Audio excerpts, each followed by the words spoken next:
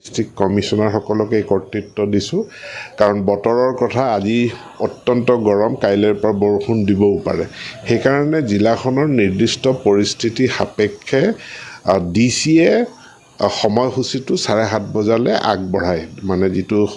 school hour সেইটো 7:30 বজাৰ পৰা আৰম্ভ কৰিবলৈ তেওঁলোকক কৰ্তৃত্ব দিয়া হৈছে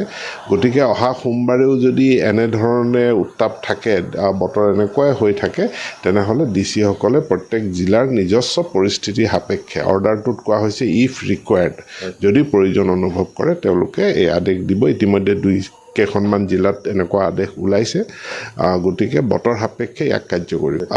সময়সূচীটো বেলেগ 12:30 বজাত 12টা 12:30টাত তেওঁলোকে শেষ কৰিব আৰু এটা কথা যিহেতু উচ্চতৰ মাধ্যমিকৰ যি ফলাফল 31 মে'তে ঘোষণা কৰাৰ কথা আছিল আজি 3 জুন হৈ গ'ল কেতিয়া ঘোষণা হ'ব সোনকালে ওলাই যাব মানে আৰু কেইটামান দিনৰ ভিতৰত ফলাফল প্ৰকাশ পাব ষষ্ঠ শ্ৰেণীৰ পৰা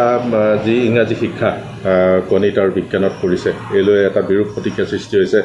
আছুৱে অন্বেষণ কাৰ্যসূচীও গ্ৰহণ কৰিছে এই ক্ষেত্ৰত কিবা পৰিৱৰ্তনৰ কিবা কথা ভাবিছে নেকি নাই আমি একো পৰিৱৰ্তনৰ কথা ভবা নাই যিসকলে ইয়াত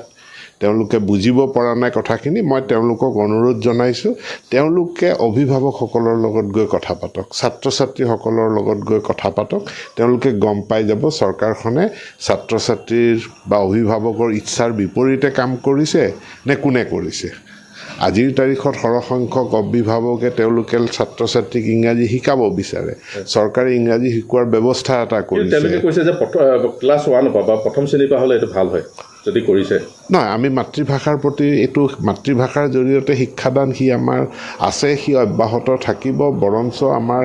যিবিলাক ক্ষুদ্ৰ জনগোষ্ঠীৰ ভাষা সেই ভাষাসমূহতো আমি তেওঁলোকৰ নিজা গাঁও বা অঞ্চলত মাতৃভাষাৰ জৰিয়তে শিক্ষাদান কৰাৰ আমি পদক্ষেপ গ্ৰহণ কৰিছোঁ নাই ইংৰাজীও 1ৰ পৰাই আমি শিকাম ইংৰাজীও 1ৰ পৰা শিকাম কিন্তু ক্লাছ 6ত বিজ্ঞান আৰু গণিতৰ দুখন পুথি আমি ইংৰাজী ভাষাত দিছোঁ আপোনাক মই